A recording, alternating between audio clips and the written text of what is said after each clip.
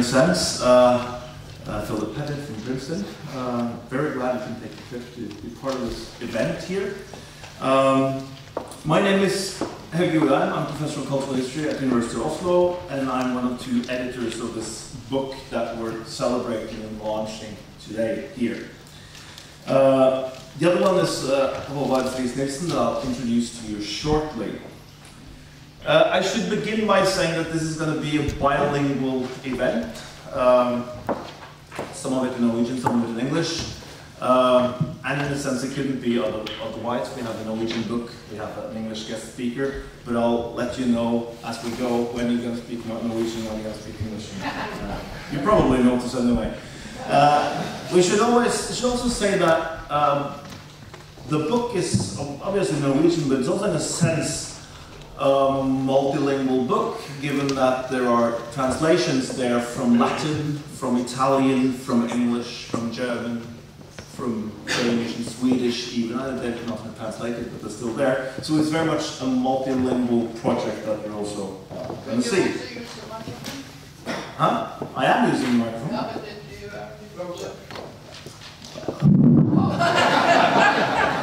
I can do this.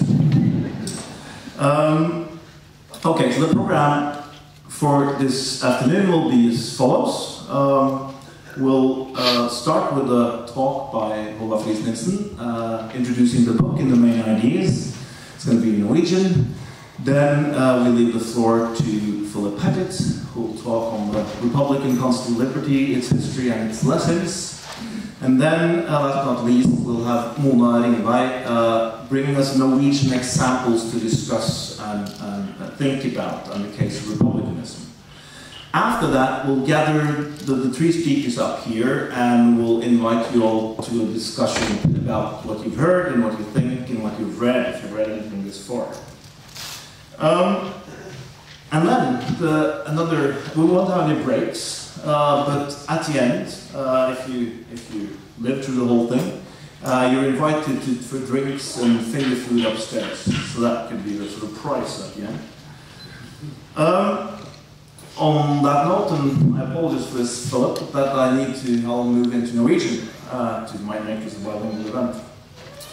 When I introduce the first speaker and say a few words about the book. Dette jo en bok som Håvard og jeg har hatt lyst til å lage veldig lenge. I hvert fall helt siden Respublika utga den første samlingen av essays av Clinton Skinner. Og jeg skrev en anmeldelse av den, og vi oppdaget at dette var noe vi begge var levende opptatt av.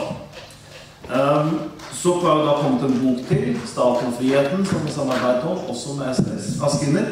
Men det var jo på en måte bare oppvarmingen til The Main Event, som jo denne boken, Politisk, frihet,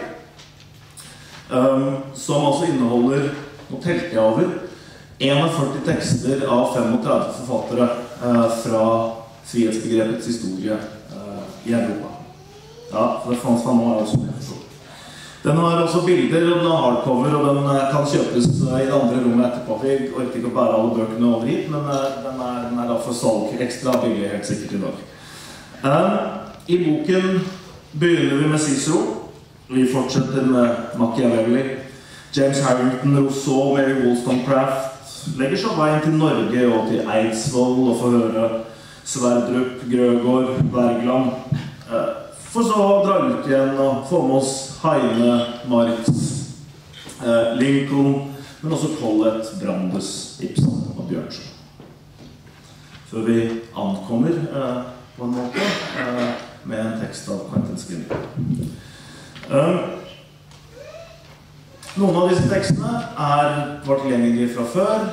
Noen nyoversatt og foreligger første gang i denne boken.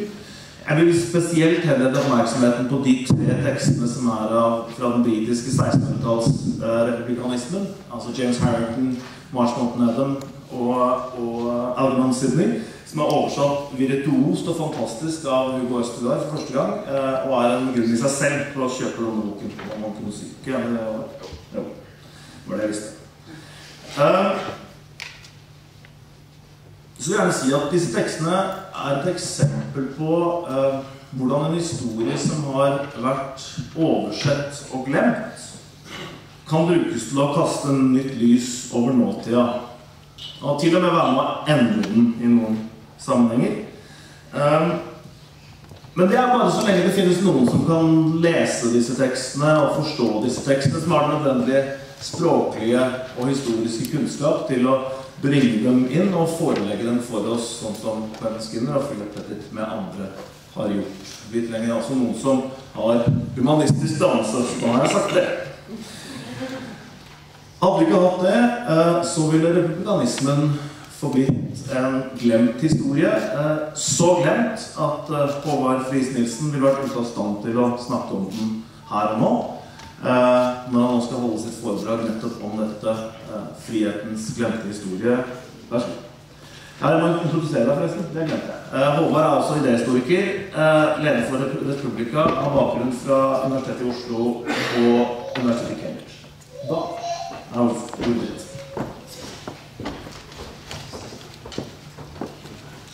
Takk skal du ha. Hører du meg nå? Ja. Som Helge var inne på, eller antydet, så har dette vært veldig gøy. Det er et prosjekt vi har holdt på med lenge, og det er et prosjekt vi har hatt stor glede av å jobbe med. Jeg tror at vi begge første gang ble kjent med Politisk tekster omtrent, ja, det var 1991 for mitt vedkommende, jeg tror det var samtidig for Helge. Så det er altså over 20 år siden. Og det har vel gjort at mye av det vi kan si er den liberale diskursen i den senere tid i politisk ordskifte i Norge, har virket litt merkelig på oss. At vi har følelsen av at det er et skille mellom den diskusjonen om frihet som pågikk i akademia rundt disse oppdagelsene som Skinner, Pettit, Pocock gjorde, og det politiske ordskiftet nå. Og at denne boka er et forsøk på å tette igjen noe av det gapet, og prøve å få reist denne diskusjonen om det republikanske frihetsbegrepet også litt bredere, på en bredere måte, som kan komme inn i det politiske ordskiftet, og også kaste lys over vår egen norske politiske historie. For som vi understreker ganske sterkt i boka, så er den norske politiske historien svært republikansk, og den republikanske tradisjonen er viktig å kjenne til for å forstå vår historie. Så frihet er jo, jeg synes denne er litt sånn pustende, så jeg skal holde den litt unna munnen. Jeg vet at det skal være retning halsen. Du kan få sånn Er det bedre nå? Jeg tror det er bedre nå.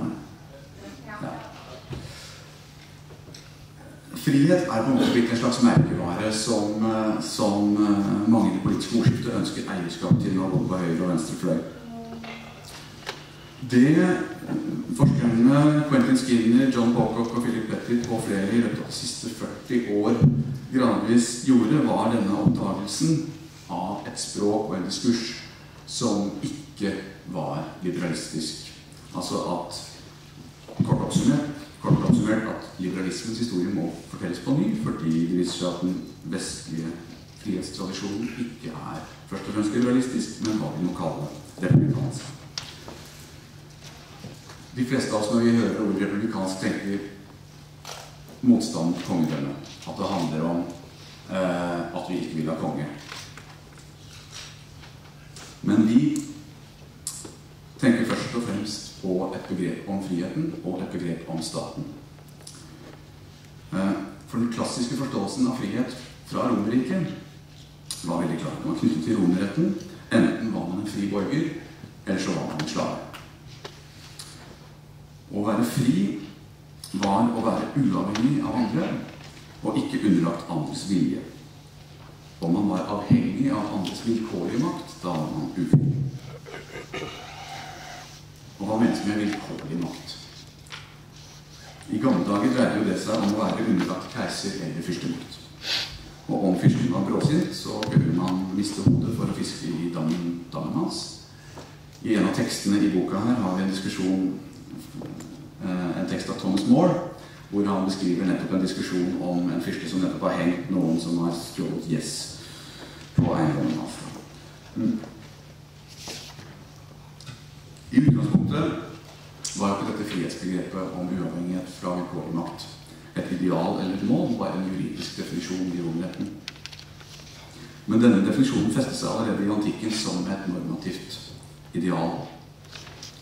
Å være uavhengig og å være fri, det var selvfølgelig knyttet først og fremst til aristokratiske menn, dette frihetsbegrepet, men det satte seg som et ideal som har vist seg å være forbausende sterkt og konsistent opp gjennom vestlig historie. Hva er motsatsen til denne friheten? Jo, det er slaven. En slave må tjene, han er derfor servil. Serviliteten, det er gjenstand for republikanerens forakt. Kryperi, spyttslikkeri, opportunisme, aksept av bestikkelser, dukknakket fremtreden og smigrende røst. Det er falsk forstillelse gjerne fra mennesker som ikke tør å være åpne og ærlige. Åpenheten, den åpne samtalen og diskusjonen mellom frie personer, er idealet. Og når folk ikke tør å være ærlige og åpne, er det fordi at de kan være ofte for makthaverens vilkårlige makt der den finnes. Dette frihetsidealets politiske motsats er tyranni. Konge- og fyrstedømmenes rangorden kunne, om de ble tyranniske, spre maktnettverk og hemmelige strukturer som man ikke kan vite omfanget av, og det skaper mulighet for vilkårlig makt og fritt for den. Republikanerne mener at slike tyranniske maktstrukturer forgifter samfunnsklima og undergraver dets styrke. Det temaet finner vi allerede i teksten av Cicero i begynnelsen av boka. Republikanerens frihetsideal er derfor myndighet. En myndig person, en som er fri og selvstendig, han eller hun er hverken slave av andre mennesker, eller av rusgifter, mat, drikke, egne lyster. Myndighet, selvstendighet og uavhengighet, det er frihetens treenighet i republikanismen. Og det er også den beste sikkerhet mot tyranni. Jo flere modige og myndige personer folk består av, jo vanskeligere er det å få noen maktkonsentrasjon.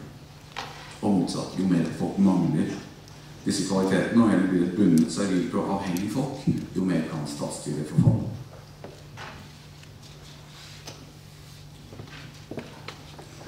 Forskjellen på dette frihetsbegrepet og nyere liberal teori er jo mange. Der liberalistene ser individuell frihet i motsetning til staten som et nullsumspill, så ser republikaneren staten som forutsetning for individets frihet. Bare i et fritt rom, når staten er sikret og fri, kan individet være fritt. Og motsatt kan staten bare opprettholde sin frihet hvis tilstrekkelig mange rettskaffende individer tar aktivt del i den. Så når oppstod da vårt moderne liberale frihetsbegrep? Jo, det fører vi gjerne tilbake til den engelske filosofen Thomas Hobbes, som i 1651 definerer friheten i boken Leviathan, at frihet er ikke uavhengighet av vilkårlig makt, men frihet er fravær av innblanding. Om ingen blander seg inn i saker, er det fri. Og den definisjonen skal bli svært innflytelsesrik. Hobbes er hva vi kaller en absolutist, en som støtter kongemakten og mener makten skal ligge i et overhodes hender. Og han er, når han skriver dette, er svært bekymret for at de republikanske ideene har spredt seg i England og mener arven fra Romerriket er skadelig og farlig. Og Quentin Skinner har vist hvordan denne forestillingen om frihet som fravær av innblanding var nettopp en historisk støtte til kongemakten. Dessuten oppfylte den noen politiske behov å unngå borgerkrig, gjenopprette ro og orden etter henrettelsen av Karl I i 1649.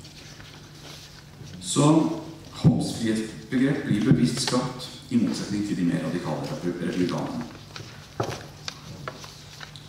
Dette begrepet blir senere overtatt av Jeremy Bentham og James Mill på stor innflytelse. En annen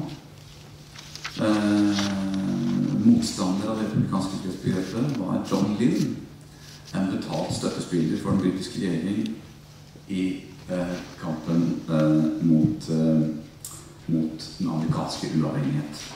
Han skrev en åpen støtteerklæring for koloniveldet med en pamflett hvor han slår fast at friheten er hverken mer eller mindre enn fravær av tvang. Om Amerika var utsatt for britiske lover, var det ikke av den grunn mindre fri enn britene selv, som hadde de samme lover. Så det store republikanske øyeblikk i historien er selvfølgelig dannelsen av stater og uavhengighetserklæringen. Jeremy Bentham var også motstander av Amerikas uavhengighet. Og selv om han da støttet det britiske kongedømmet, så var han jo selv en radikal forfatter på sitt vis. Og Philip Pettit har foreslått at en mulig grunn til at Bentham rygget unna det republikanske frihetsbegrepet og gikk inn for det liberale, kan ha vært at han visste at hvis han støttet republikanerne, så ville han støtte mot to eksisterende lover i England. Både The Family Law, som slo fast at kvinner skulle adlyde sin mann, og The Master Servant Law, som slo fast at ansatte skulle adlyde sine arbeidsgivere.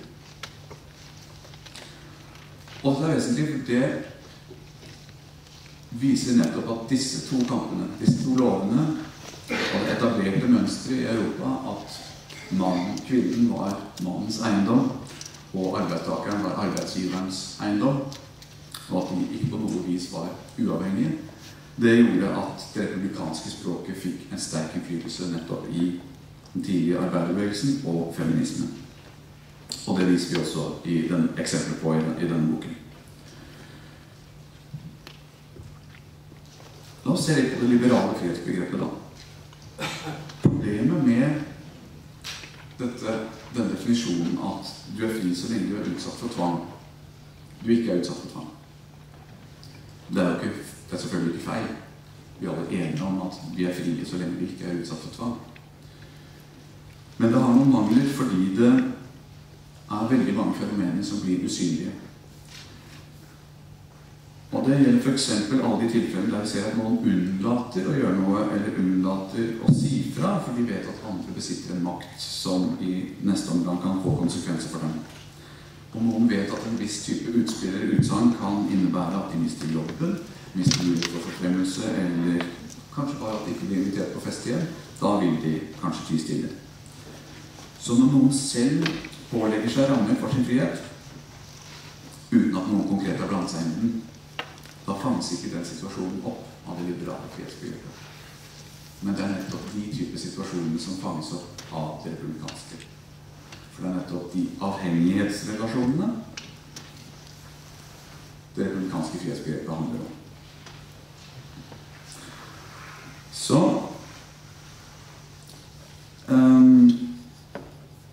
et eksempel er jo fra en moderne liberal teoretiker som er veldig sentral, nemlig Isaiah Berlin. Han har påpekt at enkeltmenneskets frihet kan ha gode kår i et tyrannisk regime hvis tyrannen er god, hvis tyrannen er velvillig, tolerant og generøs. Dette vil en republikaner avvise. Dette kan ikke være frihet så lenge undersåttene lever på tyrannens nåde og ikke vet om han er blid i dag, eller sint i morgen, eller sint i dag. I det øyeblikket tyrannen endrer oppfatning, står friheten i fare. Så fravær av innblanding er ikke nødvendigvis frihet. Så lenge maktutøvelse, kontroll og undertrykkelse kan finne sted også uten direkte innblanding, så lenge muligheten er der for innblanding. Så i den republikanske tradisjonen er loven ikke frihetens motsetning, men dens forutsetning. Ofte dens mulighetsbetingelse. Og nettopp den norske grunnloven fra 1814 er et slående eksempel på hvordan den republikanske tradisjonen var preget av det republikanske språket. Hvordan den republikanske tradisjonen kaster lys over diskusjonene på Eidsvoll. For å forstå grunnlovsfedrenes arbeid og diskusjonene på Eidsvoll er det tilstrekkelig å forstå den friheten de kjemper for som fravær av innblanding. Tvert imot, i diskusjonen dreier seg fra første stund om frihet for Norge i form av uavhengighet fra vilkårlig makt, fra kolonial undertrykkelse og slaveri, frihet fra å være kasteball i de europeiske stormaktenes spill, eller som de sa, en kvegflokk som uten videre kunne overføres fra danske til svenske hender. Vi gjenfinner kravene om selvstendighet, myndighet, uavhengighet og avvisning av slavisk avhengighet i debatten fra Eidsvoll, slik vi også finner dem i USAs uavhengighetserklæring noen tiår før. Og også senere i norsk politikk gjenfinner vi variasjonen over det samme tema, og vi gir flere eksempler på det i boken. Kvinnebevegelsen og arbeiderbevegelsen, som jeg nevnte, bygger begge på det republikanske begrepet om frihet som uavhengighet.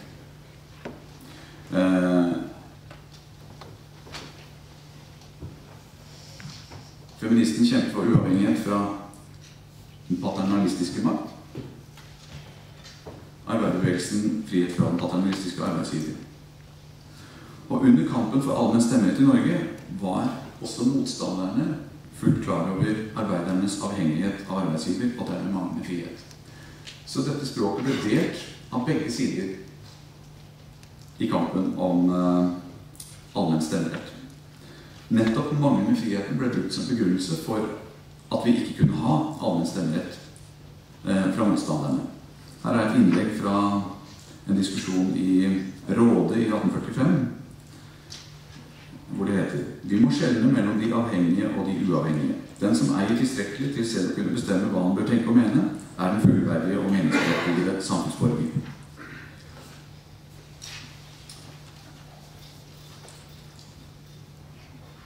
Arbeiderklassen er ikke selvstendig og uavhengig nok til å kunne være meningsberettigede.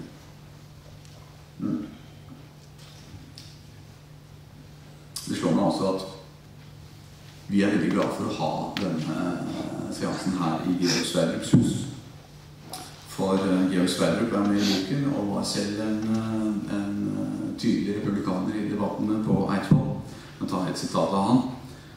Han avviste den feige æreløshet og svakhet det ville være og, sitat, selge seg selv til slave og overgi sin personlige frihet og selvstendighet i en annens vold. Så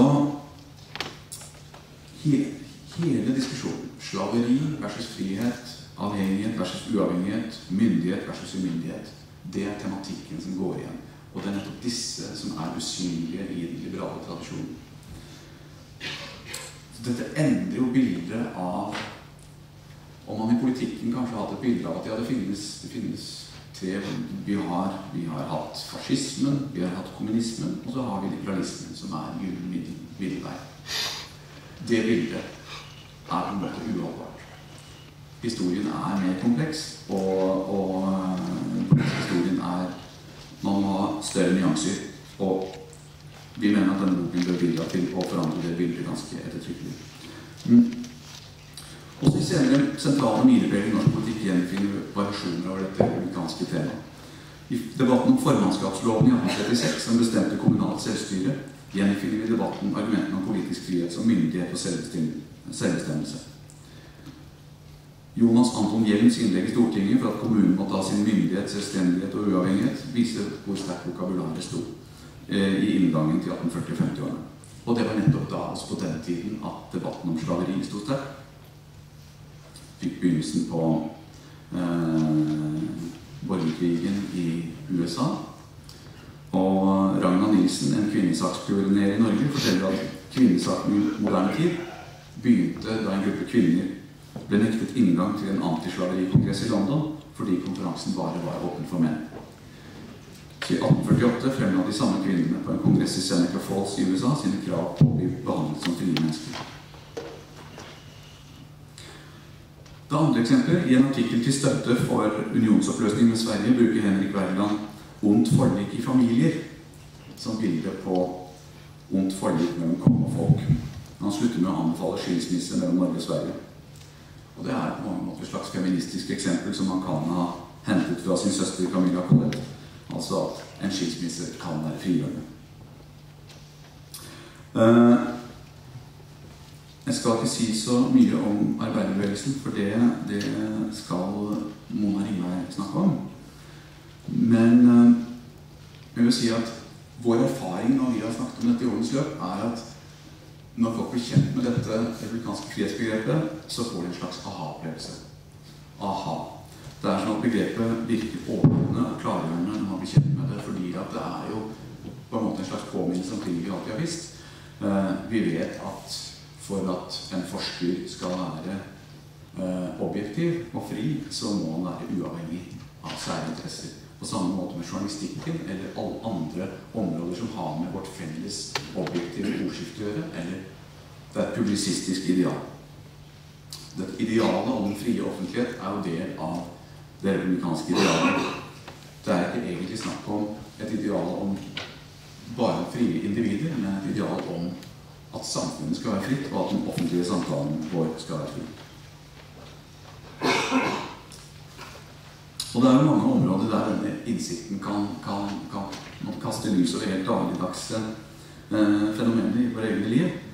Et eksempel er jo mobbing på skolen. Det har jo vært skrevet i det siste om at det er en økning i mobbing i Norge på skoler rundt omkring i landet, også nettmobbing. Og den som blir mobbet lever i en konstant uro, fordi han vet ikke om noe kommer til å skje i dag. Kanskje skjer det ingenting, kanskje blir han dynket og banket på et skolegård. Og det er den samme uvissheten som preger folk som lever i et tyranni eller diktatur. Den finnes i alle samfunn på flere nivå, og ved å kjenne det republikanske språket så ser vi hvordan dette handler om vår frihet. Småkongen i skolegården som mobber kjenner en berusende glede over å utøve vilkårlig makt. Samtidig som en tilstand av ufrihet sprer seg, både blant dem som eventuelt deltar ut fra gruppepress, og blant dem som mobbes. Som ikke klare grenser og skranker settes på plass, sånn at vilkårligheten forsvinner, så kan det forgifte et skoleklima, på samme måte som Cicero viste at tyranniet kunne forgifte stemningen i en stat. Og denne ufriheten fanges ikke opp av det liberale frihetsbegrepet annet enn i akkurat de tilfeller man er utsatt for noe konkret. Men det er ofte ikke de konkrete situasjonene som er verst, men den konstante usikkerheten. Et annet eksempel er jo den nye teknologien som har ført til et nivå av overvåkning i våre vestlige land som vi knapt trodde var mulig. Et vanlig argument brukt mot de som er bekymret for overvåkning har vært at om du ikke har gjort noe galt, har du ingenting å frykte. Og denne holdningen er som vi ser nettopp knyttet til frihetsbegrepet fra Hobbes og Bentham. Du er fri så lenge du ikke er utsatt for konkret innblanding, konkret tvang, om de som overvåker deg ikke blander seg inn fordi du ikke har gjort noe galt, ja, da er du fremdeles fri. Men for en republikaner er ikke dette godt nok. I Ibsens Et ukehjem har Thorvald nøkkelen til postkassen. Nora får ikke ha egen nøkkel til postkassen. Thorvald kan innvende at det innebærer noen begrensninger av hennes frihet. Hun får posten sin som vanlig. Men for å være fri i republikansk forstand kan man ikke være avhengig av å stole på eller håpe på en annens gode vilje. Det handler heller ikke om hvorvidt man har gjort noe galt, men rett og slett at hva enten det gjelder politiske prosesser, forretningshemmeligheter, innovativ kunnskap eller kjærlighetsliv, så forventer de fleste av oss å kunne beskytte våre data, vårt privatliv og vår intimitetsfære. Vi opplever tanken om privatlivets opphør som mulig. Også ut fra en dyp respekt for det offentlige rom. Når man da blir kjent med den republikanske frihetstradisjonen, så blir politikken heller ikke en fordeling mellom de liberale, eller vi liberale, og de såkalt illiberale der ute, men en historie om en lang republikansk tradisjon og frihet tilbake til antikken. Og jeg håper og tror at denne måten å tegne opp det historisk-politiske kartet på kan gjøre at vi plutselig også kan få øye på nye rom av mangel på frihet i vårt eget samfunn, og hvordan de kan bli både friere og fornuftigere. Tusen takk for oppmerksomheten.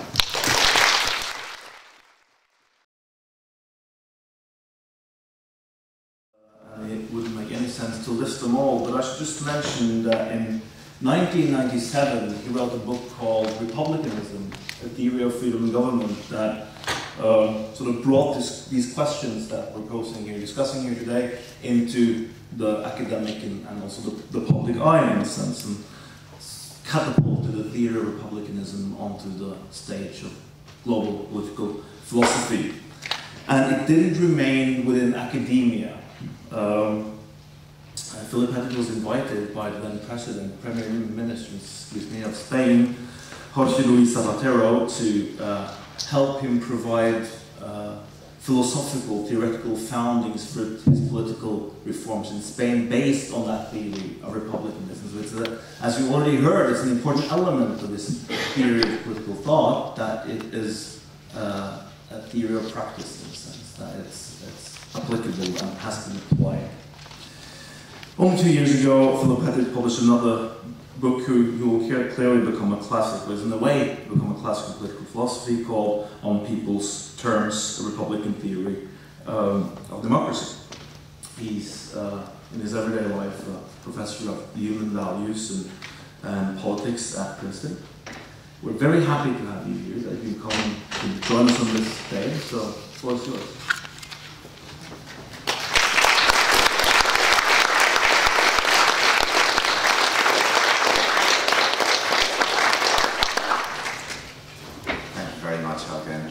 It's really a great privilege, a great pleasure to be here and to have launched this book. I haven't been able to read it, I have to say, because it's in Norwegian, but I do know many of the texts. It's a wonderful collection. In fact, some of the people that I'll be mentioning in this talk today appear in that book. I hope I won't take you more than 40 minutes, if you can bear with 40 minutes. And so I'm getting my watch out. The talk is actually called A Brief History of Liberty. Probably should be called A Very, Very Brief History of Liberty.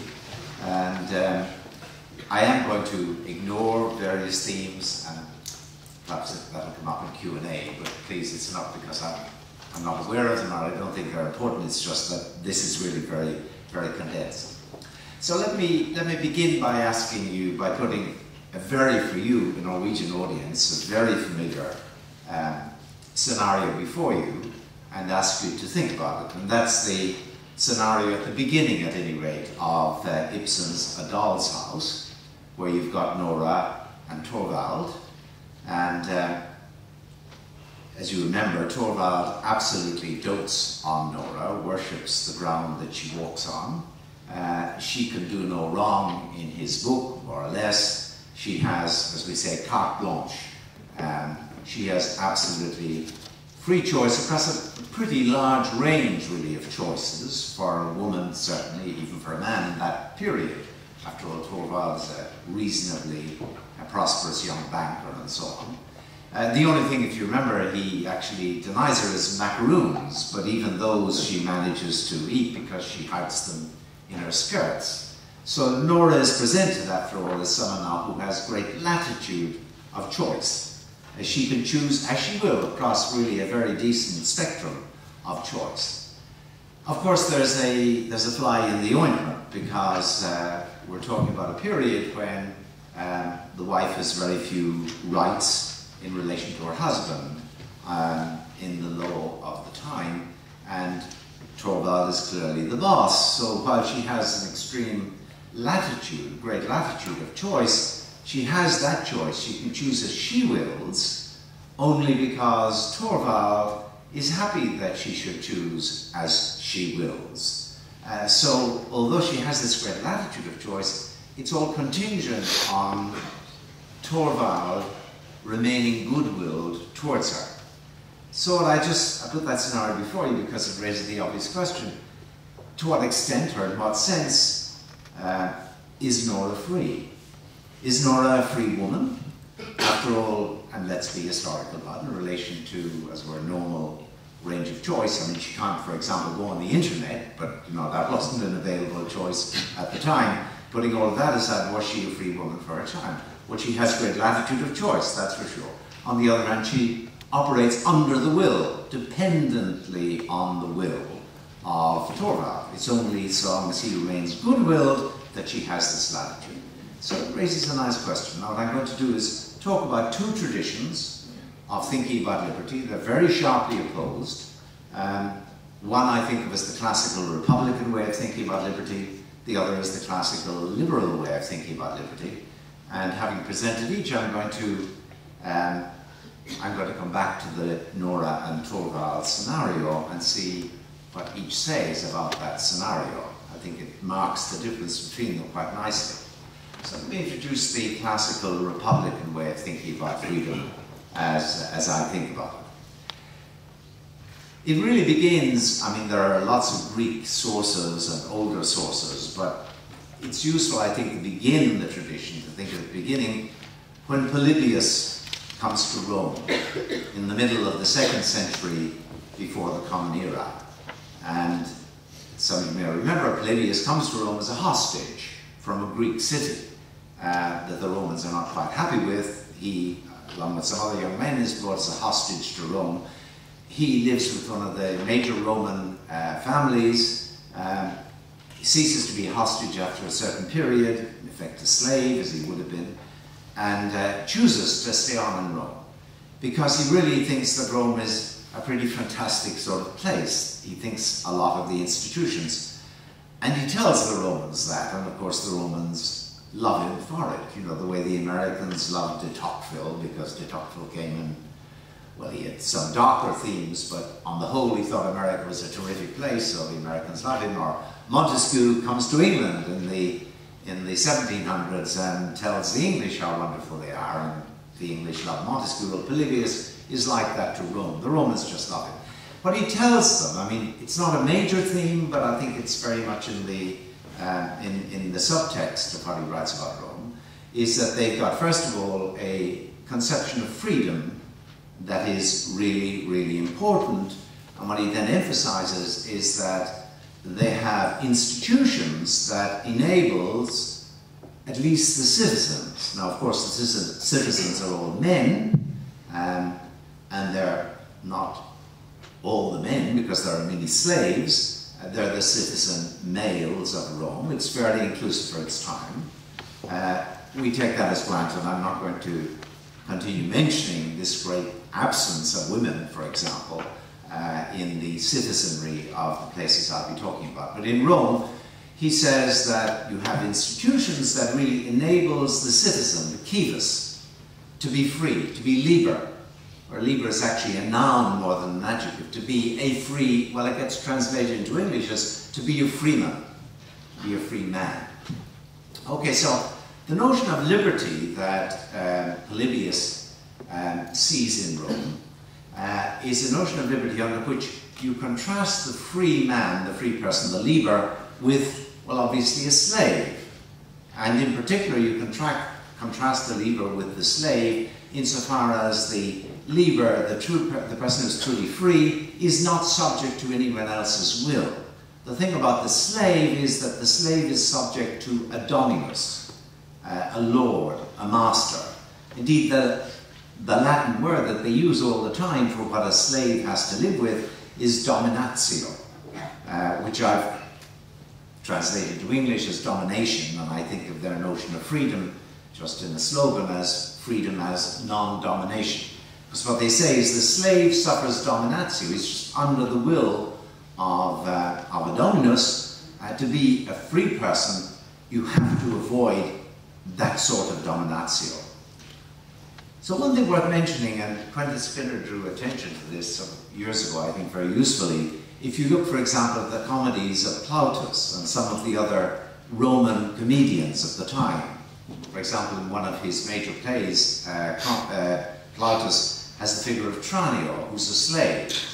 And Tranio has got it made, he thinks, though he's a slave, because his master is often absent, as he explains to the audience. And even when he's present, even when he's not absent, he often is a very kind master. He just lets Tranio do what he wishes. And when he wishes to do that, Tranio does something that Tranio himself resists, well, Tranio is pretty cunning.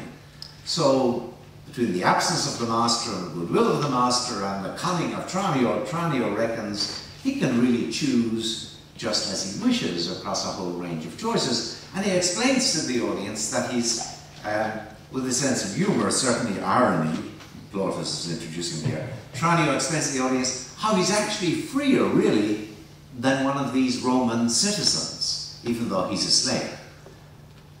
This is actually a joke. The Romans would never have taken that seriously. That would mean he's a figure of fun, a slave who thinks he's free just because he's got a nice master or a gullible master, a master that he can fool or get around. That's not freedom in the Roman way of thinking. So that's the conception of freedom that Polybius finds in Rome and reasserts. But what he wants to say about Rome is that the civis of the citizen really has this status of avoiding dominatio by virtue, essentially, of the law. And the law in Rome makes the citizen free in two important respects.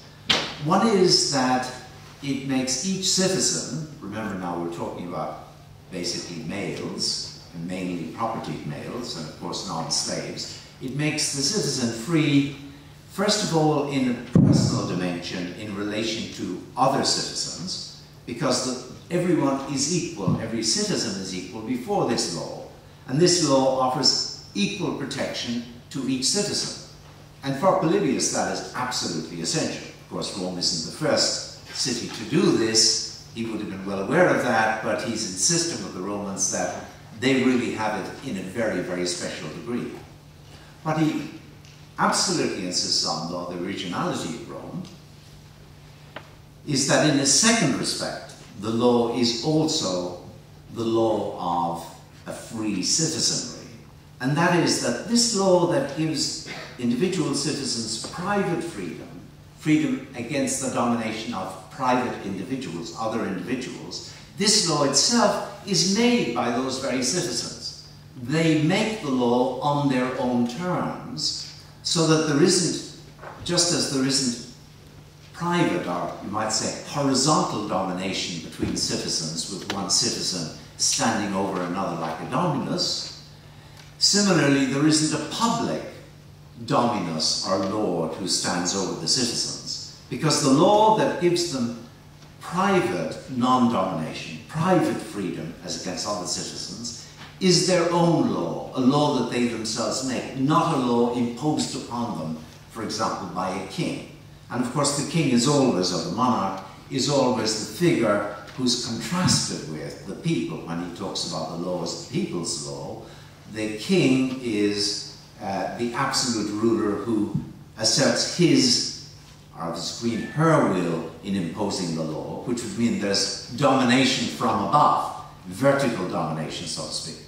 So he wants to insist there's both private non-domination and public non-domination in Rome for citizens. And so the kivus, just by being a kivus, just by being a citizen, is already a liber, is already a free person.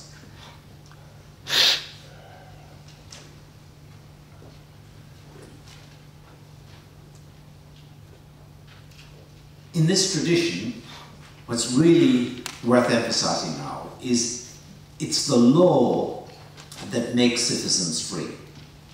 It's the law that enables people to be protected against one another, no one having a dominus, and it's the law that means there isn't a public dominus either. There isn't someone who stands above the law and imposes it on them. So freedom is really, they don't put it quite this way, but freedom, what the law does is it first of all identifies a range of choices. They will later in the tradition be called the fundamental liberties. It identifies a range of choices such that in that range of choice, the kivus, the citizen, can operate according to his own will. In the phrase from the Constitution, from the Digest of Justinian of Roman law, the citizen is sui juris, of his own jurisdiction, has a sphere of the fundamental liberties in which there is no one else who is his master. But this very law that creates, identifies these choices and gives the citizen protection in that sphere of choice, this very law is established under the equally shared control, ideally, of the citizenry themselves. Now, of course, that's a very highly idealized picture. And there's no doubt about it, Polybius was not shy about idealizing the Roman constitution. Nor were the people he influenced. Of course, Cicero, the following century, or Livy, the historian, these are the two great figures who get read as Polybius gets read in later ages. They idealize this picture, of course. But even though it's idealized, it's a great sort of, it's a horizon. It's what Kant later would call a regulative ideal. It gives you a picture on the horizon of how it could be, in which citizens would make the very law publicly that protects them privately, so that no citizen has either a private dominus or a public dominus.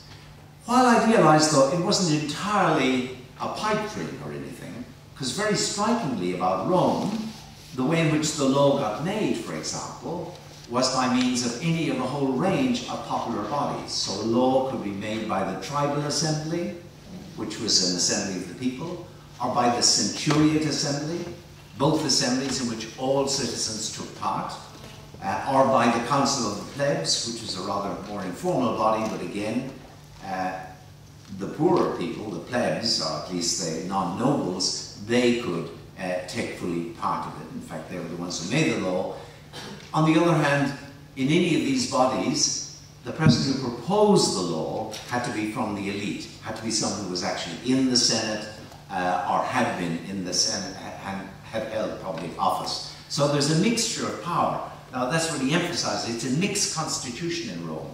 That's the real secret that makes the law into the people's own law. It's a mixed constitution in which every sector of society is represented in the making of law, and in the making of law there are different centers of power.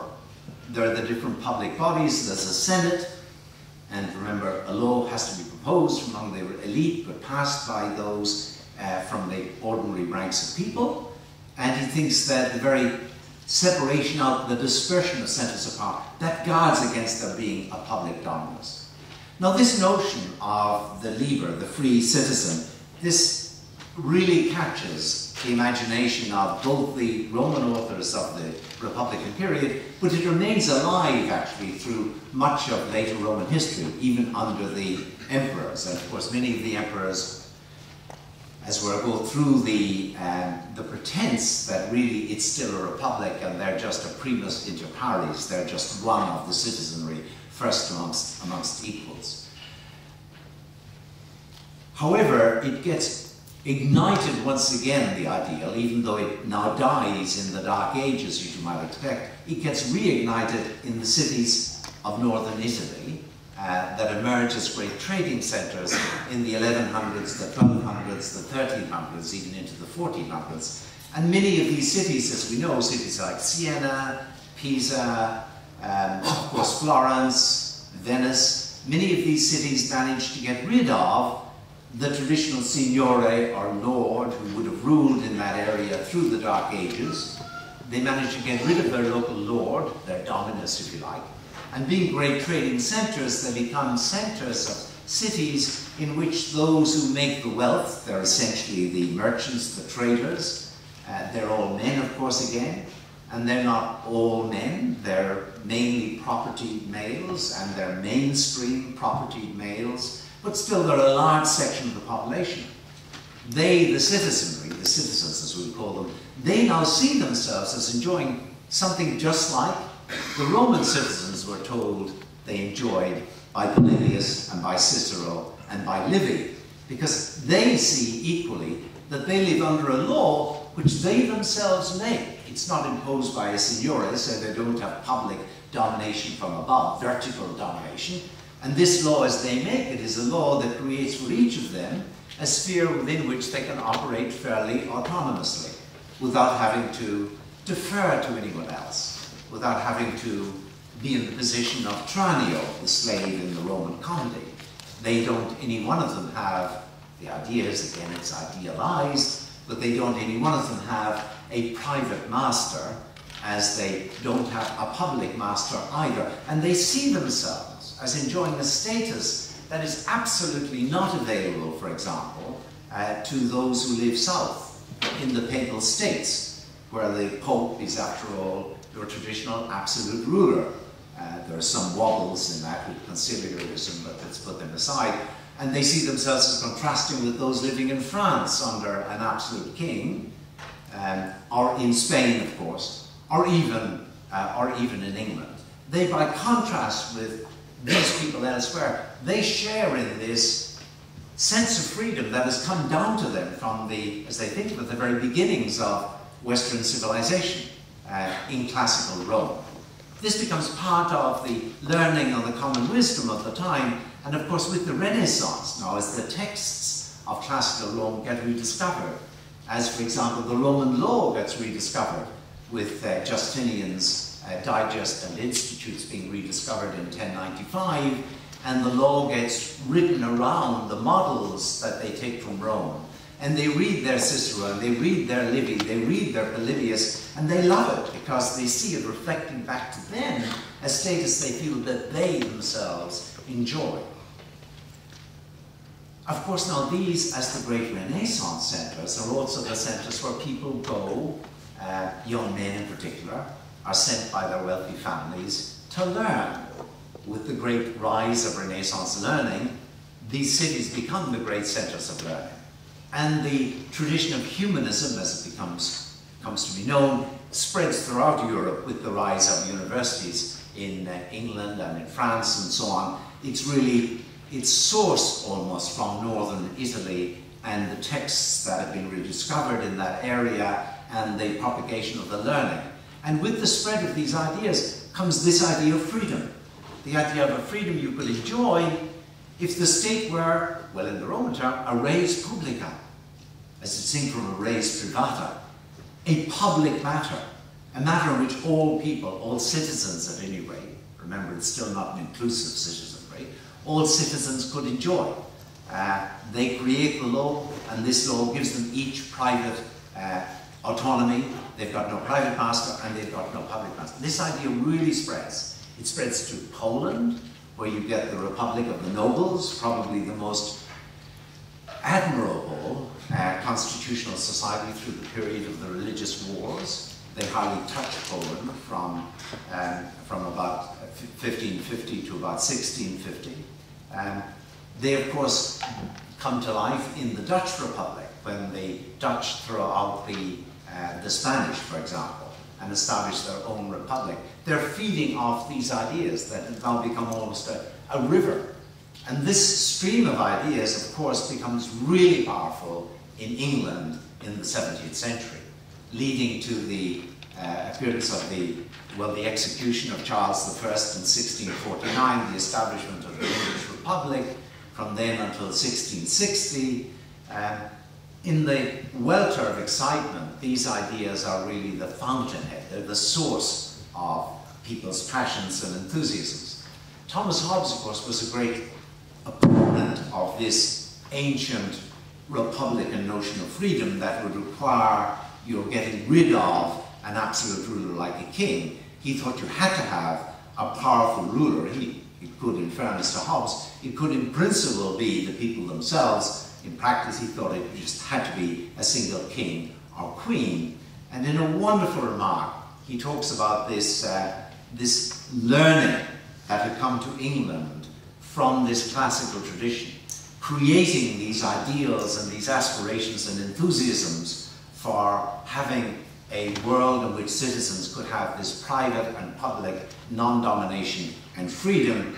He says it, he says never, of course he's being ironic, he says never was ancient wisdom, wisdom in quotation marks, never was ancient wisdom so dearly bought, meaning that by virtue of taking on these ideas, the English had brought themselves into total chaos, as in a civil war, overthrowing the king, and so on. Now, after the demise of the English Republic, the interesting thing that happens is that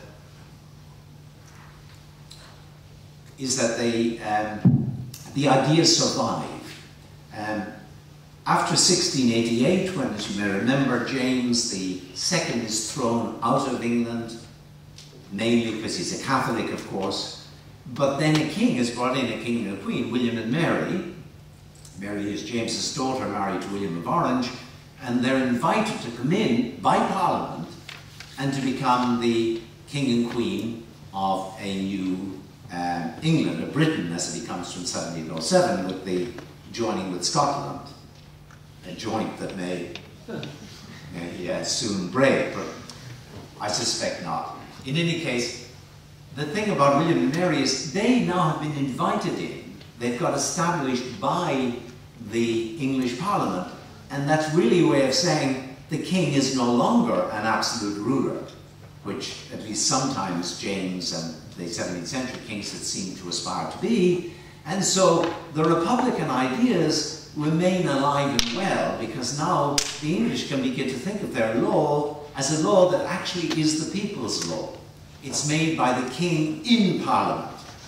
the structure of the British Constitution, as it comes to be known, though it's not a written constitution, is seen as a mixed constitution, very much like Polybius's mixed constitution, in which the people are all represented in different ways. Certainly the citizenry are, again still it's only males and propertied males and mainstream propertied males, but still the people, the citizens in that sense, they're the ones essentially who make the law via their parliament, together with the king, it's true, and with the aristocrats, but still they're all represented there. So it's a people's law as they think of it. So they don't have a public dominus in their life. The king is just a sort of figure that occupies a role or a function, rather than being someone who can impose his will on them. So they don't live under the king's will. They live under their own will, so there's no public domination. And then the great celebration of English law is that this law, which is made partly through Parliament, but also has emerged in the new courts, the common law tradition of England, and this law is a law that protects each citizen, giving him, it's always him, a range of choice in which he, so to speak, is his own master. So again, you get the celebration of this law as giving people, private citizens, private non-domination, that's the horizontal thing, as against one another, and public non-domination, because they don't have a lord over and above them. Now this set of ideas is very interesting. It comes to be seep into almost all aspects of the political spectrum in England. So for example, you get a Whig government at the time. They're broadly speaking sympathetic with these ideas, but they're a very conservative Whig government under Walpole, for example, in the early 1700s. You get the Conservatives represented by Bolingbroke, but he actually adopts the same language of freedom. It's freedom, freedom, freedom. And it's always freedom in this sense. This is where, you know, they're now trumpeted as rather nationalistic, but actually they derive from this tradition, you know, Britons never, never, never shall be slaves, as you may know that song. It's very much of that period, that no Briton is a slave, because Britons live under a law that they make themselves, and a law that gives each of them a sphere of autonomy where they're beholden to no one else. They're not dependent on anyone's goodwill. But apart from the Walpoles and the Bolingbroks, there's a more radical tradition in England that really feeds off these ideas. It's well represented, for example, by Cato's Letters, which is a text published in the early part of the 18th century. And in that, for example, very interesting, there's a wonderful definition of liberty. The text says, liberty is to live upon your own terms. Slavery is to live at the mercy of another. It's exactly the notion of being sui juris. To be free is to live on your own terms, and that is a public and a private dimension. It means that the terms on which you live, the law, has to be law that you share with others in making, but equally it has to give you a private sphere as against others. You have no dominance in your life. Montesquieu, of course, comes to England, as you know, in the 1730s, and he says of England, well, clear reference to England in the spirit of the laws, is a republic hidden in the form of a monarchy. And he says of the Constitution that it is the only constitution on earth whose end is liberty. So England, Britain, as it is from 1707, becomes the great sort of center of liberty. It's where people come to England from all over, from, for example, France and so on. It feeds, and especially it feeds into America, because the American English colonies adopt this as their own sort of way of thinking about them. They're the stalwart, free sort of Britons, just that happen to be on American soil. So let me just, this is all I'm going to say really about that tradition, except to add one theme more, which is that in this way of thinking, what they really stress is that if you have any master in your life, no matter how kind that master is, you're not a free person. So for example, a whole range of words comes into existence in English about this time, all of them associated with those who are not free. So if you're not free, you've got to fawn and toady. I don't know how far these words will be familiar to people from English, even Norwegians who speak such great English, how far they'll be familiar to you, but you fawn or you toady, you kowtow, you know, that Spanish thing, that Chinese thing. You doff the cap, you pull the forelock if you have a forelock, you bend the knee. But no one who's free has to do that. So John Milton, for example, writing at the end of the Republican period, talks about a nation of freemen in which you walk proud, you walk tall, you can look others in the eye. That becomes like, it seems to me, you know, the metaphor for freedom. You're free if you can look others in the eye without reason for fear or deference. Otherwise, you're not free. That's the image of freedom. What are the policy implications? Well, it's very straightforward of this approach. The policy implications are you've got to have a law that creates for each citizen a sphere in which they are more or less their own boss. They've got non-domination. And this law itself has got to be subject to the will of the citizenry, shared equally amongst them. Now, of course, we have got to wait for a later period for that citizenry to get expanded, right, to be inclusive. But still, the ideal is they're rock solid with those two aspects to it. Okay, let me go on now to talk about the classical liberal tradition. But in order to introduce it, at least as I see how it emerged, I've got to remind you what's happening in America in this period. In 1766, the British introduced, or 1765, the Stamp Act. They've had wars with the French, the English, British exchequer is in trouble, they need money, they need taxes, and they decide they'll tax the Americans in a way that the Americans haven't been taxed before. Of course, they're taxed by their own colonial governments in the different 13 colonies, later to become states. There were only 13 at the time. And they introduced this act whereby all public business has to be done on certain paper that is stamped in Britain, and basically by virtue of buying that paper you pay a tax to the British exchequer. The Americans are furious about this, the American white colonists we're talking about, and they say this is a terrible intrusion, and they protest. And amazingly, in a way, in 1766, the Westminster Parliament responds by saying, okay, we'll repeal the law. Sounds good. Except they add another act to that repeal, it's often called the Declaratory Act. And what they say in that act is that while we're repealing this tax, we assert, the phrase is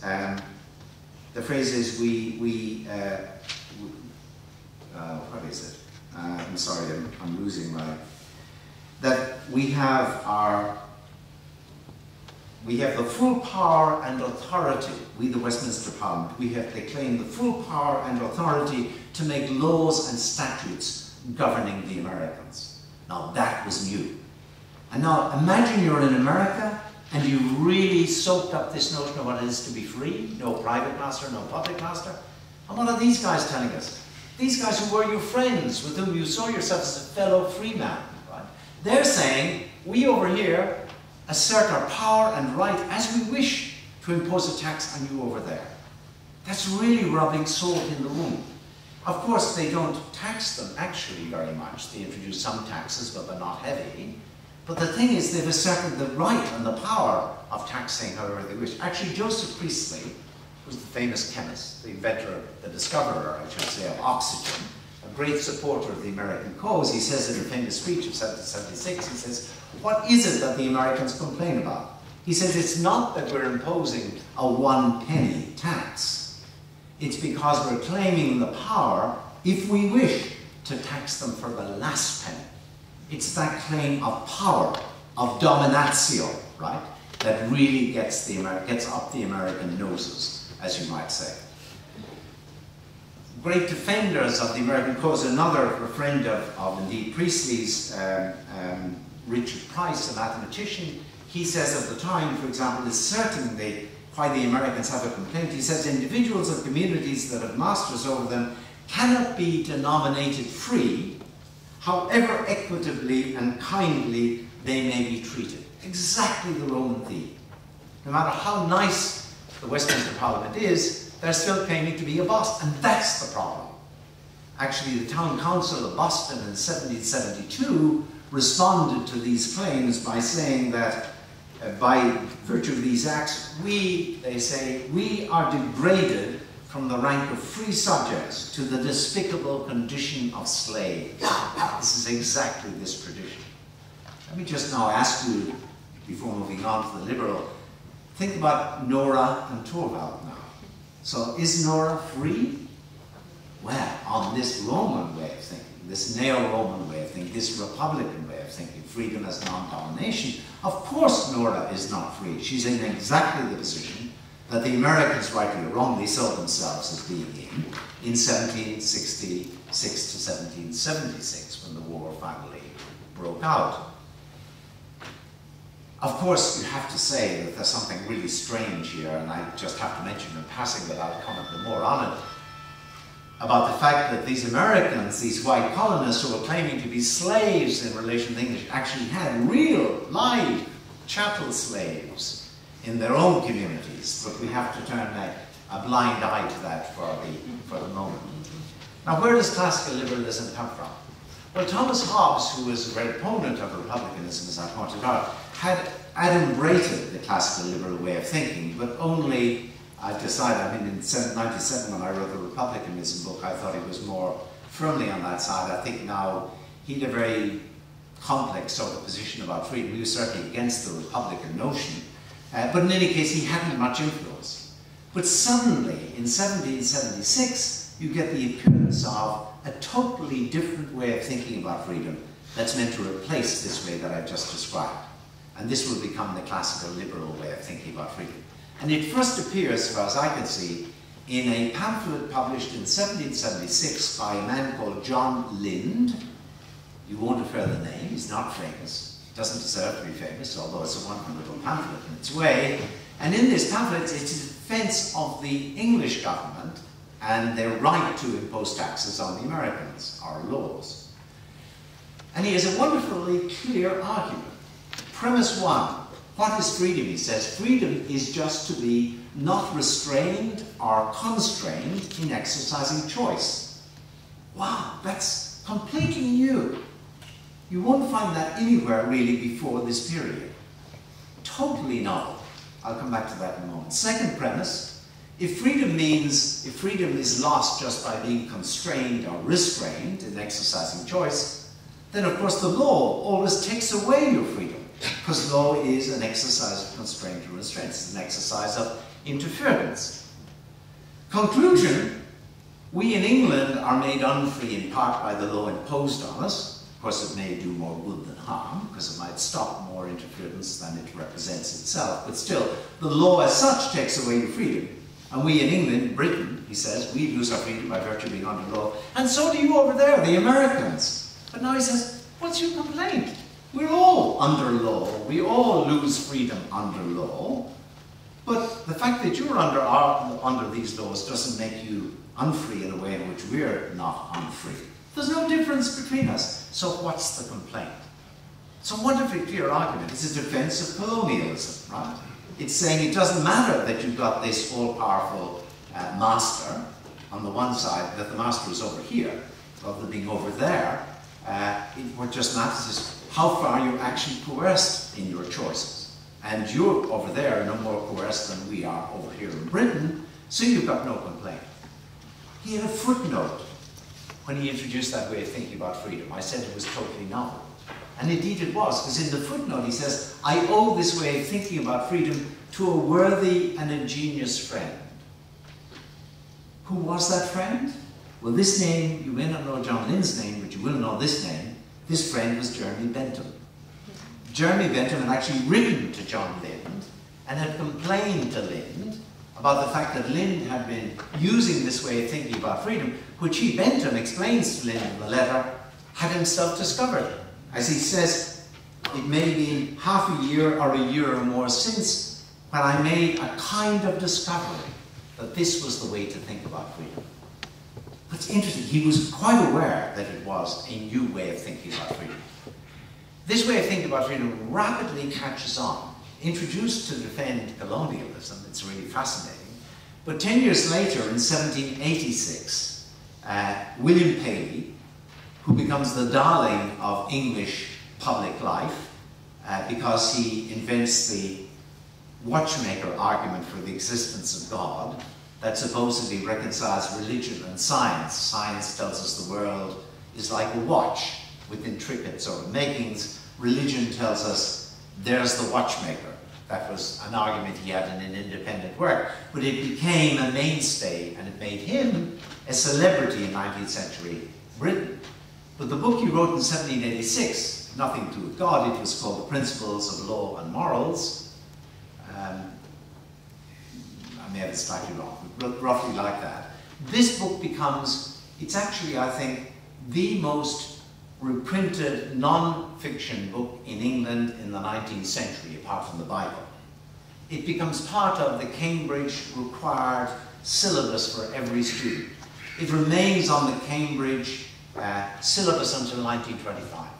And what does Paley say in this book? He says, now I'm paraphrasing slightly, but he says more or less, there are two ways of thinking about freedom.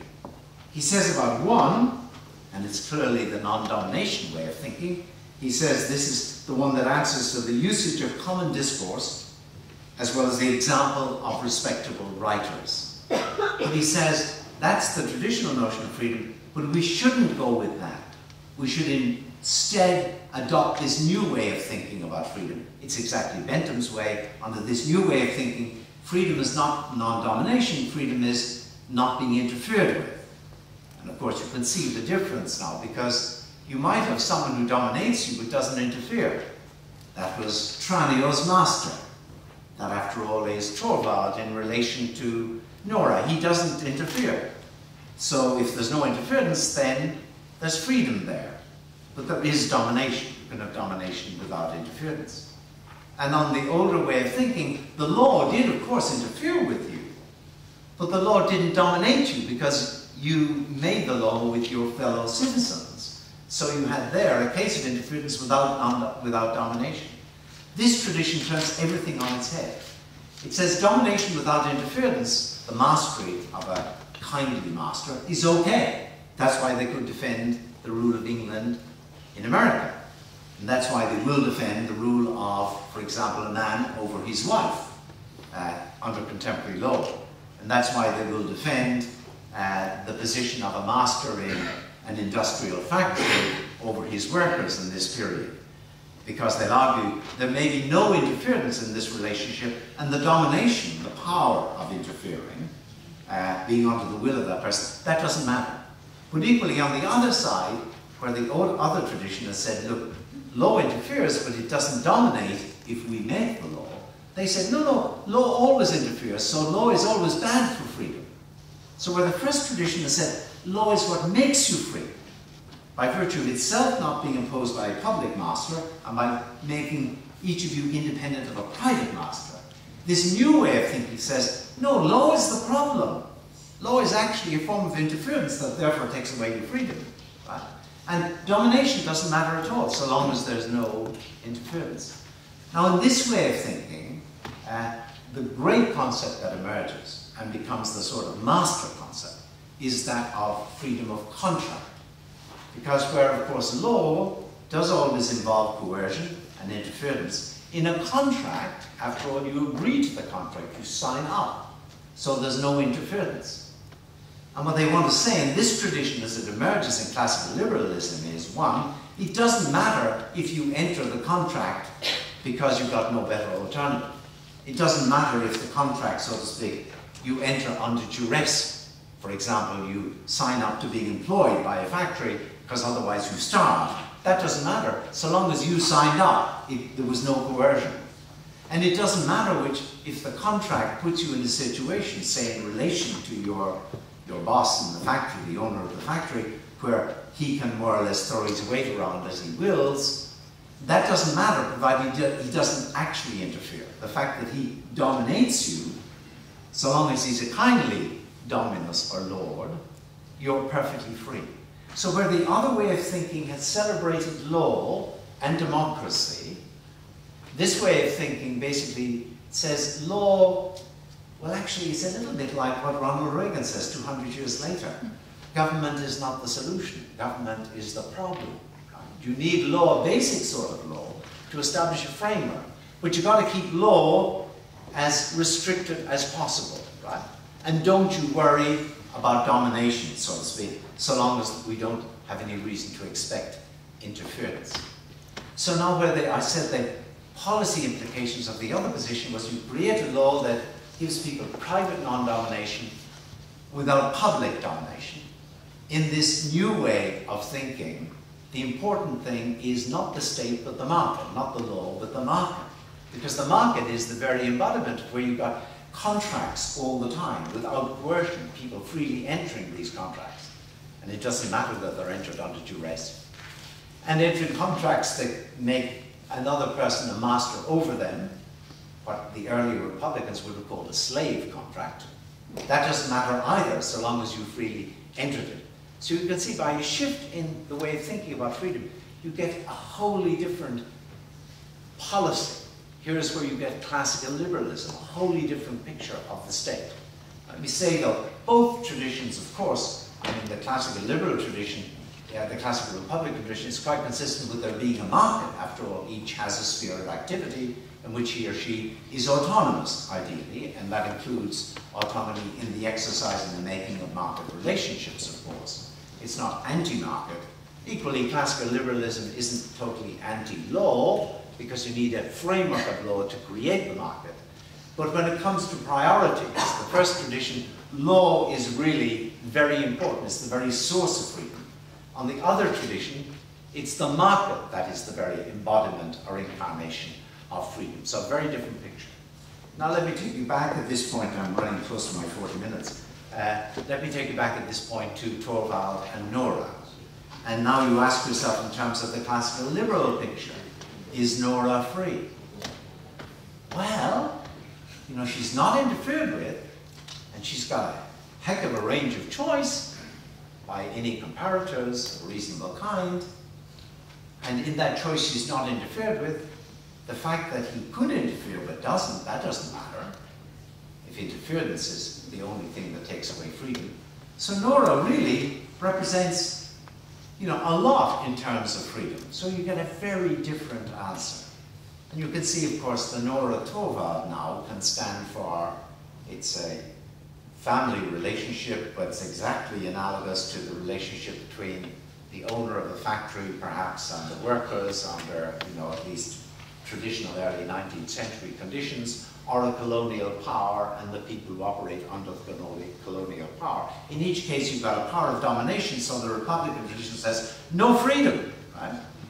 But in each case, you don't have any interference. So the classical liberal tradition said, that's freedom, how lucky you are. Very different ways of thinking. I just wanted to make that sort of, to set up this dichotomy. I think it's, well, look, I hope that you find the classical Republican way of thinking more appealing than the classical liberal. I hope that I, as it were, cooked the books enough to make it clear that that's how I think, and indeed to make it clear that I think that's where our intuitions should go. I mean, anyhow, okay, so let me just finally come to contemporary implications of all of this. Well, in relation to each of those two traditions now, you've got two contemporary ways of thinking about politics. One is neo-Republican. It differs, of course, from the classical Republican, first of all, in being inclusive of the citizenry, though there are great problems still. It's inclusive of the citizenry, and it says that for the basic liberties, the choices in which each person is made autonomous, free of domination by others, it should also be the case that the law provides the means for those who otherwise don't have the means of exercising those basic liberties. So, for example, you've got to have an education, you've got to have access to legal resources, you've got to have access to medical resources, you've got to have access to a whole lot of social resources in order to be able to exercise the basic liberties, as you might define them, for a contemporary society. Maybe we can talk about that in the Q&A. But this neo-republicanism, it's going to have clearly direct linkages with that more ancient tradition. It's also going to say, of course, that not only should the law be inclusive of citizenry, give each citizen the means as well as the protections, the resources as well as the protections to enjoy non-domination in the sphere of the basic liberties, but it's equally going to insist that these citizens should together, jointly, qua citizens, without favour for the wealthy or whatever, should equally share in controlling the law under which they actually live. But now look at the neoliberal tradition that builds solidly on that classical liberal tradition. Well, it clearly is going to celebrate the market. It's going to look for, maximum marketeering of life, privatization, privatize, and establish relations built around contract. And don't worry about the fact that the contracts may often be entered under duress, and don't worry about the fact that the contracts may enable one person to have a dominating power over another. Have law by all means for a framework to establish this, and of course by all means have a basic safety net. You can't very well have people dying of starvation and so on. But for example, don't worry about providing basic resources as of right within your law. Private philanthropy will often operate well, and neoliberals are famous for singing the praises of philanthropy. That's an interesting example, because from a neo-republican point of view, if you depend on the goodwill of a private philanthropist, that's exactly a position in which you are a dependent. You are subject to that. You're dependent on their goodwill. So philanthropy is actually a way in which one individual, unless it's properly organized, it has to be said, but it can be a way in which one individual just has to hang on the goodwill of another, which is exactly unfreedom in the Republican sense. So you get very different public philosophies coming out of these two approaches. Let me just end with a quotation from, again, William Paley. I said about Paley that he was a reformist, as Jeremy Bentham was. Reformist insofar as he wanted, for example, the state to be concerned not just with mainstream property males, but to be concerned with women as well, and to be concerned with workers as well. He was a reformist to that extent. But what he felt was that if the state is to be concerned with all its members are to be citizens, and if the state's concern is to be concerned that they should enjoy freedom, which would have been a matter taken for granted by all in his time, then what Paley feared was that if you want to give everyone freedom as non-domination, that would be just too radical. After all, you'd have to overturn existing family law. You couldn't have a Torvald having the rights he had over Nora if you're going to give everyone freedom as non-domination. But equally, you'd have to overturn master-servant law of the period. It would have been incredibly explosive. And so he, like Bentham, while expanding the constituency of concern to include all citizens in principle, he lowers the ideal of freedom, the value of freedom that is going to be procured for all of these. It becomes the neoliberal sort of freedom rather than the neo-republican way of freedom. Here's where I see that thought in Paley, when he says, for example, of the Republican way of thinking, in explaining why he rejects it, he says it's one of those ways of thinking about freedom, and I quote now, that would inflame expectations that can never be gratified, that would disturb the public content with complaints, which no wisdom or benevolence of government could ever remove. Well, you know, you sort of forgive Paley in his time for thinking that. Of course, he would have been. But surely it's not beyond our resources in our contemporary world, in our contemporary societies, particularly a society like Norway, or Australia, where I live, or Ireland, where I grew up, or whatever, or America, where I reside for part of the year. It's surely not beyond our resources to be able to establish that public non-domination with the proper democracy and that private non-domination with the proper structure of social justice that Paley thought was not realizable.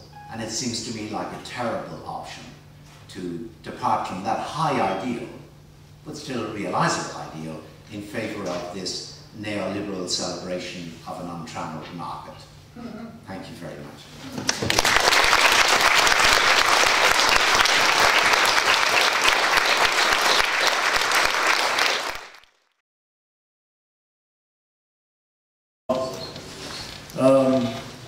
Thanks again for coming and for giving us this wonderful tour de force of the history of republicanism and liberalism, it seemed, sailing up the stream of political thought in that sense. Keep your questions. There will be a Q&A later after the last talk, so don't forget, write down your questions and keep them, and we'll give you time to discuss them later. Now, snakker jeg norsk igjen, vi har jo sett at dette en republikanismen eksisterer som en stor europeisk tradisjon, men som Håvard var inne på innledningsvis, har også fått konsekvenser for norsk historie. Og i det siste foredraget så skal vi komme tilbake igjen til Norge og diskutere et norsk case, et norsk eksempel, nemlig Markus Trane. Og den som skal gjøre det med oss Mona Engberg, som begynte som antikkhistoriker og har via 1700- og nå 1800-tallet blitt en av våre aller mest interessante demokratihistorikere. Vi fryktelig glad at hun her. Hun har nettopp nå gitt ut en bok for noen måneder siden, ikke det? Om Markus Trane, som har en titel jeg tror vi har hørt før, Forbrytelse og straff. Vær så god, Mona, veldig glad du her.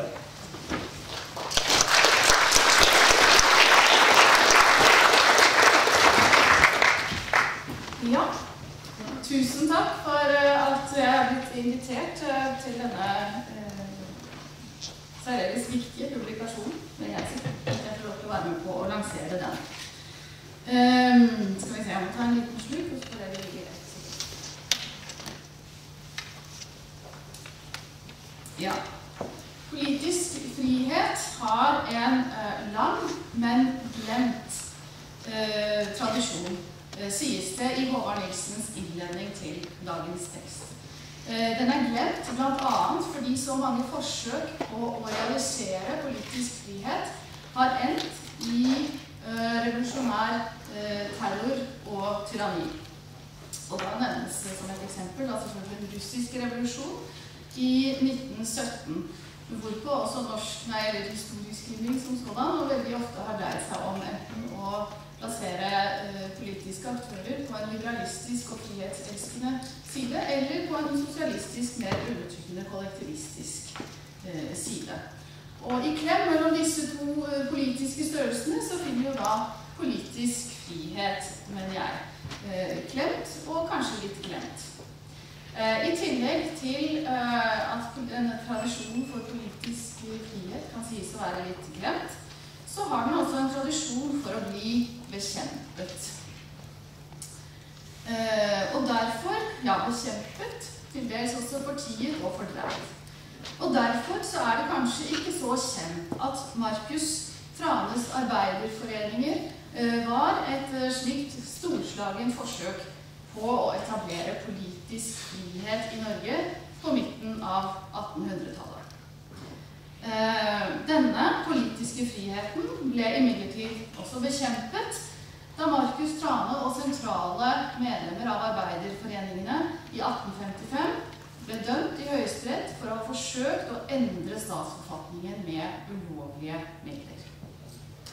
Selv mente de å ha kjempet for frihet, for politisk frihet.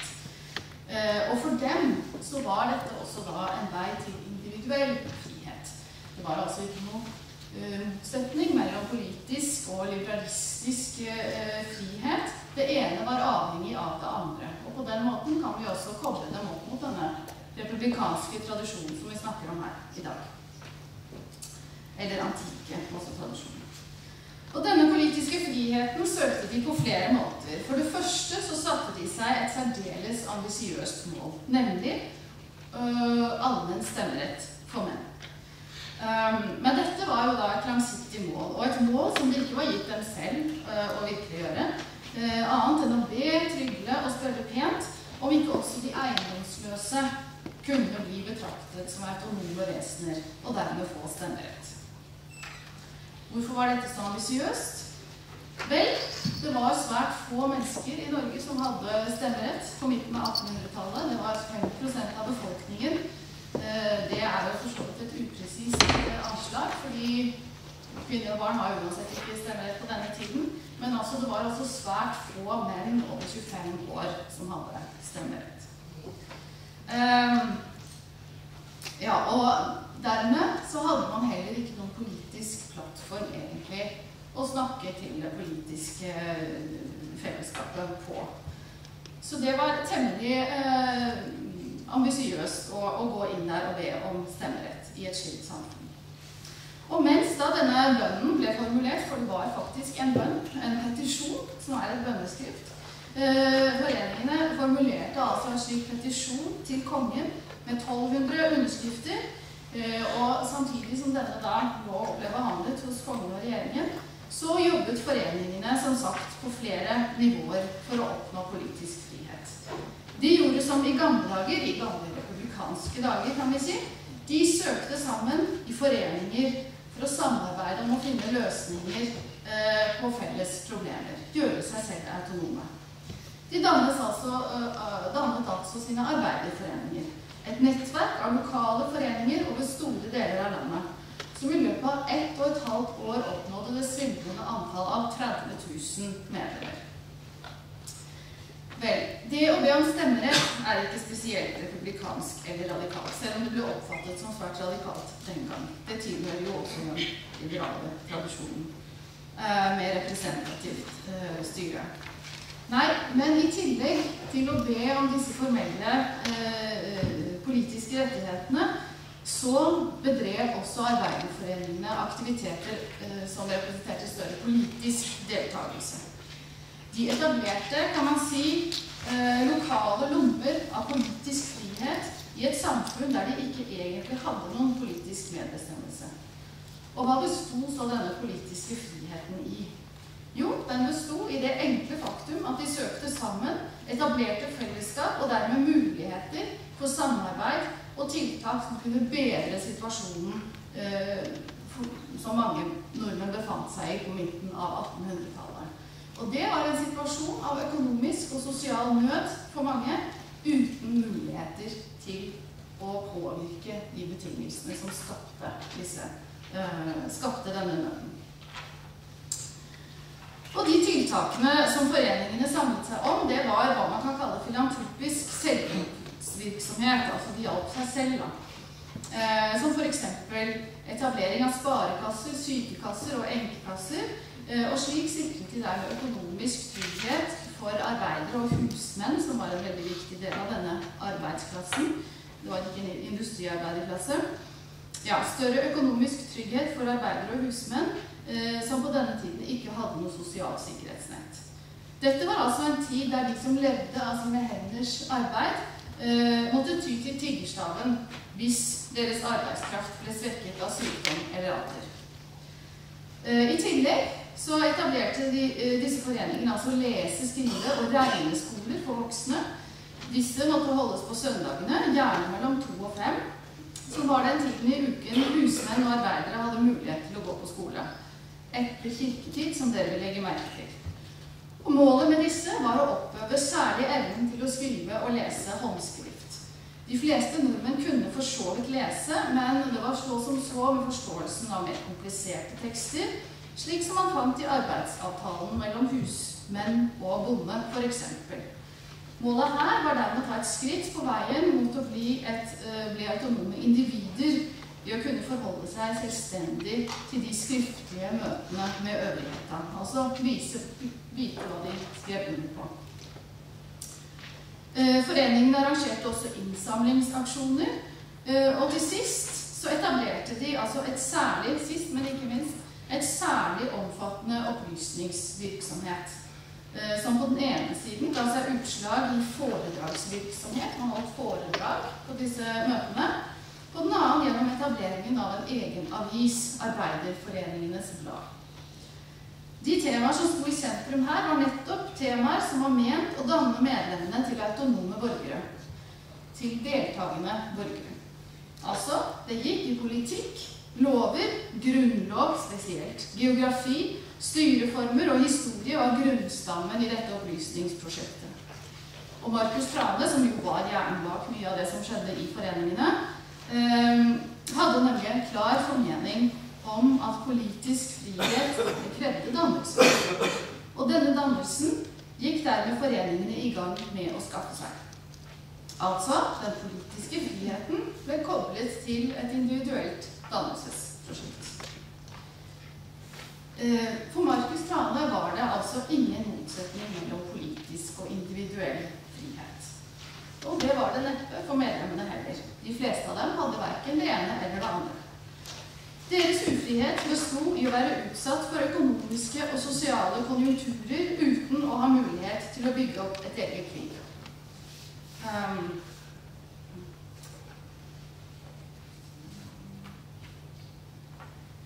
Og denne private og individuelle ufriheten ble, som Håvard Nilsen også påpeker i forordet til boken om politisk frihet, dette var et argument mot å gi arbeiderforeningens medlemmer politisk medbestemmelse. Altså, fordi de ikke var frie individer, skulle de heller ikke få adgang til den kollektive friheten som et politisk fellesskap representerer. Markus Trane var da litt uenig i dette. Som nevnt så ikke han noen motsetning mellom individuell og politisk frihet. Nei, tvert imot, individuell frihet fikk man igjennom politisk deltakelse og frihet. Og dessuten så mente han også at medlemmene allerede hadde en liten flik av denne politiske friheten, og det var der man begynte å jobbe ut ifra. I hans øyne så lovet nemlig den norske grunnloven av 1814 demokrati, og i det la han politisk medbestemmelse, ikke bare stemmerett. Og han sier som så, sitat, «Men vi hva konstitusjonen gir oss lov til å være, demokrater. Og jo høyere vi elsker demokratiet, jo alvorligere må vi ønske dets politiske og økonomiske konsekvenser gjennomført i institusjonene og i lovene.» Sitat slutt. Altså å gjennomføre grunnlovens konsekvenser, det ville medføre demokrati, politisk frihet. Men dette demokratiet hadde altså ikke blitt realisert på dette tidspunktet i praksis. Og en av de sterkeste institusjonelle hindringene som var lagt i veien for denne realiseringen, det var altså fraværet av allmenn stemmerett. Vi demokrater, sier Markus Trane. Et annet sted presiserer han at medlemmene borgere. Og som sagt, det har både politiske og økonomiske konsekvenser. Gjennom petisjonen ser vi dette bønneskriftet som foreningene overrakte kongen i mai 1850. For her var det ikke bare om politisk medbestemmelse i form av stemmerett. Nei, for å skape rom for å utvikle borgerne måtte også politikken sikre individene et minimum av sosial og økonomisk forutsigbarhet og trygghet. Dessuten likhet for loven. Det var også et av kravene. Markus Trane kunne altså ikke se den politiske friheten løsrevet fra den økonomiske, altså den individuelle.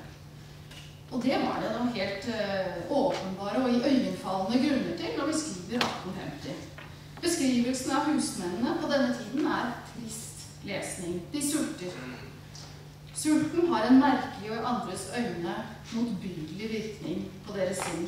De blir sløve, apatiske, og som sosiologen Eilert Sundt påpekte, ikke uten en viss grad av vemmelse, husmenn var besatt av mat. Vi snakket altså bare om hvilken matmor serverte det beste smøret, hvor vanket det kjøtt i suppen etter dagens arbeidsdag, og så videre. De var mente sunt, og her må man lure på om man egentlig kanskje driver litt av med leserne. De var bare opptatt av mat, og brydde seg alt for lite om litteratur.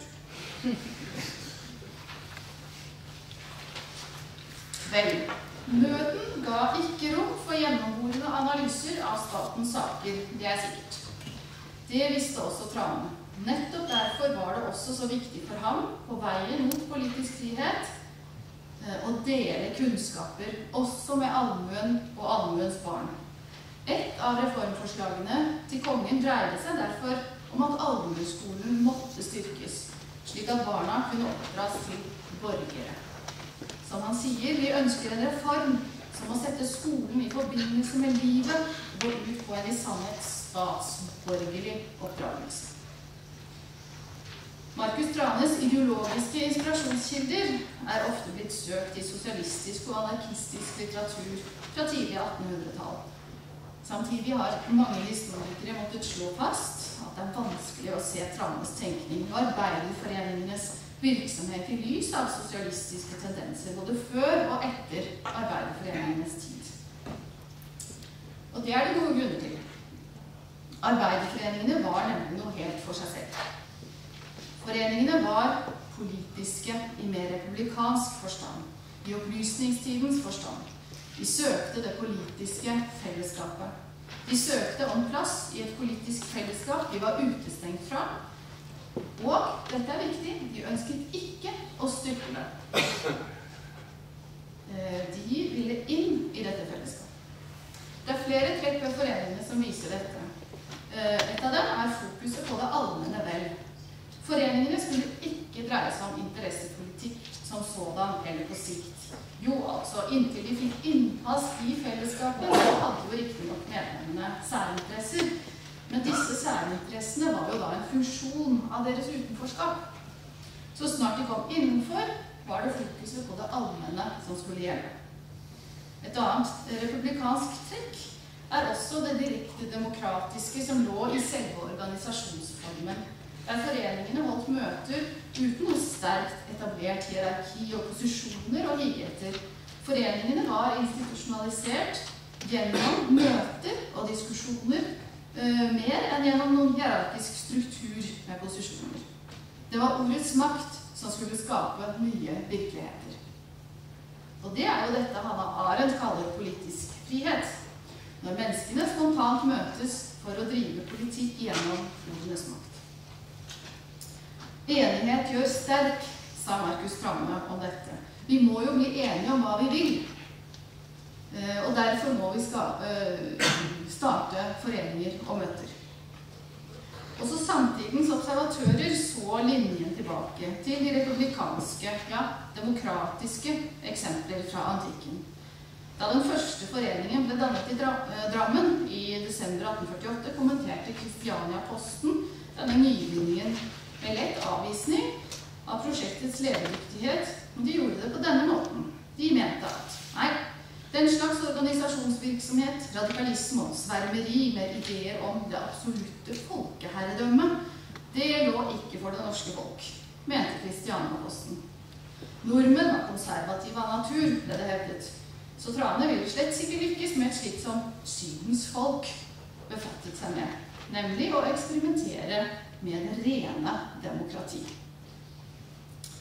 Også ved foreningenes slutt, det vil si ved dommen i Høyesterett i 1855, karakteriserte forsvareren bevegelsen nettopp som et prosjekt for politisk frihet. Det var et forsøk på å etablere egne politiske institusjoner der man var utestengt fra de som eksisterte. Og da vi ved slutten av foreningenes historie, og det gir grunnlag for noen oppsummeringer og refleksjoner. Jeg sa innledningsvis at den politiske friheten i 1855 ble bekjempet, fordreid og fortiet. Det ble bekjempet gjennom at medlemmene ble dømt av Høyesterett mot bedre vitne for å ha vedtatt revolusjon på et møte. Denne revolusjonen, dette vedtaket, det fant ikke sted, og det visste de som sagt. Men for mange av medlemmene som var og i Markus Tranes tilfelle var dette spesielt prekært, fordi han var ikke engang til stede da det som skulle ha vært et revolusjonsvedtak ble vedtatt. Så hva skulle de dømme ham for? Han var jo ikke engang der. Vel, han ble dømt, sa man, for bevegelsen i det hele tatt. Og det betyr at Markus Trane ble dømt for etableringer av disse sykekasser og enkekasser og den slags, for søndagsskoler og regneskoler, og han ble dømt for sitt opplysningsprosjekt. Kort sagt, han ble dømt for kampen for politisk deltakelse. Det det dommen sier. Og i denne dommen så ligger det også en fordreining av selve arbeiderforeningenes prosjekt. Fordi de jo ble bekjempet gjennom å bli fordreid, altså gjennom at dette politiske prosjektet ble beskrevet som et revolusjonært prosjekt i voldelig forstand, så ble også historien om arbeiderforeningene skrevet inn i en mer revolusjonær tradisjon. Og slik ble jo altså det politiske frihetskampen, kom den da i skyggen av bakgrunnen av denne påståtte revolusjonen, av dommen fra Høyesterett. Og slik altså Markus Tranes arbeiderforeninger del av en glemt republikansk tradisjon her i Norge. Men mer enn som så, det er interessant å tenke på at dette var ikke bare ideer, slettes ikke. De realiserte jo faktisk denne politiske friheten i disse små lommene av politisk frihet, der de hjalp hverandre i lokale foreninger. Takk.